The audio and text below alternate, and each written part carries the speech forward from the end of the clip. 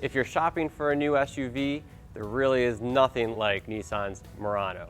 It's been redesigned for 2015 from the ground up with all new styling, which you might want to call unique. Nissan hopes that if it catches your eye, you'll be hooked, but it certainly isn't a mainstream look like a Jeep Grand Cherokee or a Hyundai Santa Fe. While the looks might be wild, the driving experience certainly is not.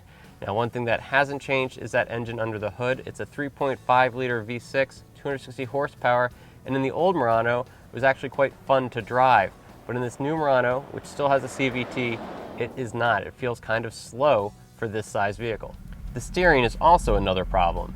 There's just too much play in the wheel no matter what speed you're driving. That means you have to turn the wheel more than you'd think to move the nose where you want it to go. But most car shoppers in this class care more about comfort and quiet than they do about steering and the power underfoot.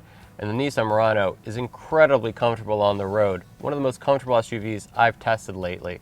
It's also remarkably quiet too, so if you're looking for something like a Lexus, this might be a consideration. Nissan has made some nice interiors before that felt almost like a luxury car, but the Murano is another step in that direction, and in this top Platinum trim level, it might also make you forget about that Lexus. At nearly $40,000, the Platinum has almost every gadget you could ask for and wraps the seats in really nice leather, so it definitely feels like a luxury car. Now, you might not have $40,000, so the more accessible trim, the SV, starts around $33,000, and even though you're sitting in cloth seats, there's still leather up here over the gauge cluster and on the armrests, so there's still leather where you're looking and touching. The technology is impressive for two reasons. One, there's just a lot of it, and two, it's really easy to use. Now, Nissan should just win an award for this center console alone. Now, in the industry, they're throwing everything at this real estate in the car, capacitive touch, touch screens, what have you. Nissan, 17 buttons, 4 knobs, and the touchscreen, and it is super easy to use. You can do almost anything you want with one button or one touch, and that's just terrific.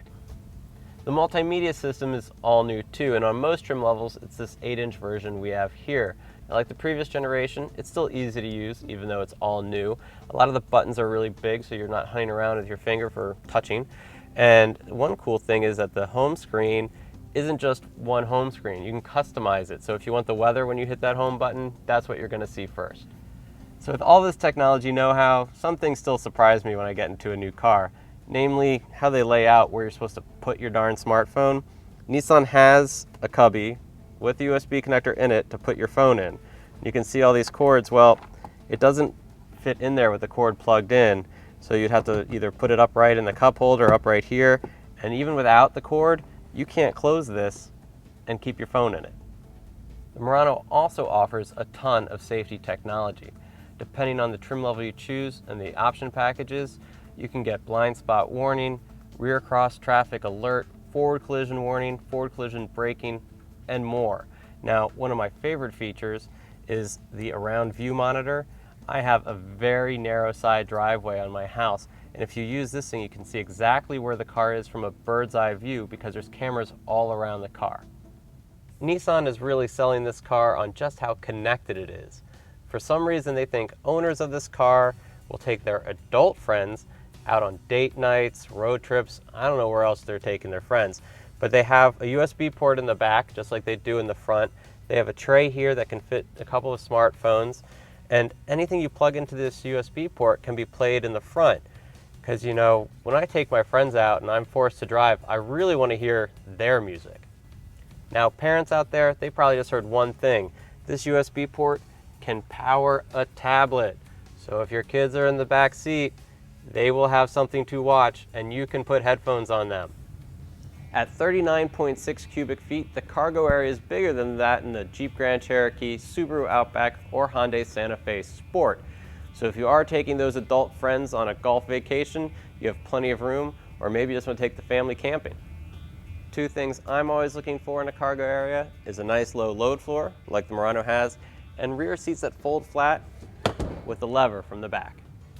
Car shoppers that end up buying a Murano are going to have to want a Murano, because if it's about need, you can get away with something much smaller like a Nissan Rogue if all you're looking for is to take friends out to dinner or the kids camping.